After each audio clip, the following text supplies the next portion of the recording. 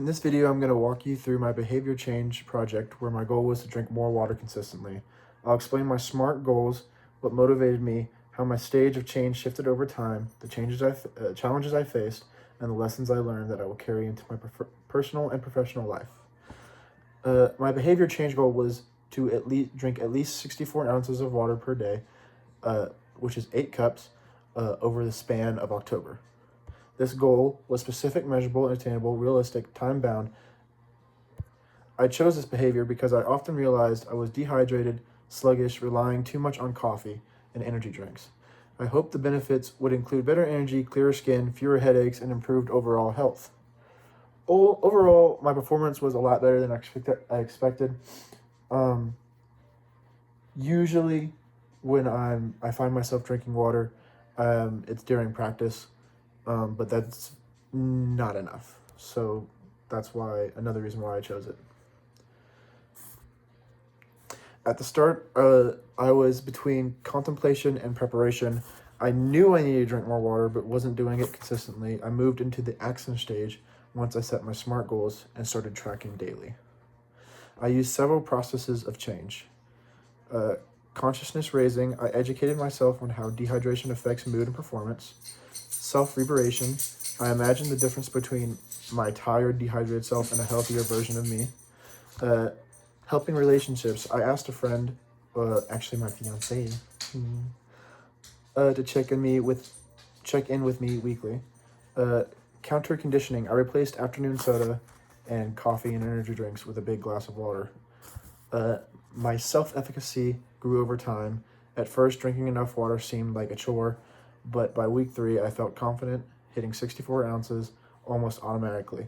My decisional balance shifted too early on. The drawbacks felt like inconvenience, carrying a bottle everywhere, always needing to pee, but my benefits eventually outweighed these. My temptations, like grabbing an energy drink instead of water, decreased as I physically felt better hydrated. I relied heavily on environmental restructuring. I kept a big water bottle, a gallon jug, on my desk where I couldn't ignore it. I also use reminders on my phone to help me keep up with that. I didn't experience any lapses, and if I did, I don't remember, but I don't think I did. Self-determination theory and motivation. My motivation skill shifted from extrinsic to intrinsic. At first, I was motivated by the assignment and by wanting to improve my health, but as the weeks went on, I felt more autonomous because I enjoyed the benefits, better energy, and clearer thinking. Also felt competence as I consistently hit my goal and some relatedness when others noticed I was carrying water more often. At first, I relied on System 2 thinking, the slow, deliberate kind, reminding myself to drink water and planning out the day. After a few weeks, it shifted towards System 1, automatic habits, like taking a sip whenever I passed my bottle. One cognitive barrier I had was the false hope syndrome, thinking I'd instantly feel amazing after a couple of days of drinking more water. Another barrier was optimism bias, assuming it would be easy.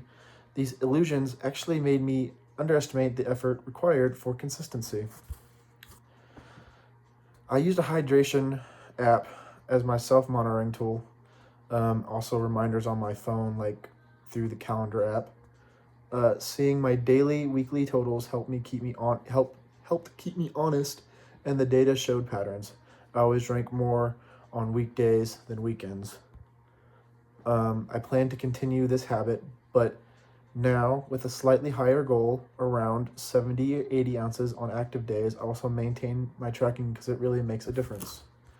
2 major lessons that I learned about myself. First, I learned that small environmental tweaks made the biggest behavioral impact. Second, I realized I'm highly responsive to data. Seeing numbers progress motivated me more than I expected. How I'll apply this in my life and future professional work.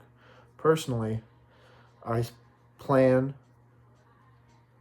to apply this understanding to the future health goals by using structured tracking and smart planning professionally as someone going into exercise and nutrition science. This experience gave me greater empathy for clients. Even simple habits require planning, support, and patience. The process matters just as much as the goal. Thank you.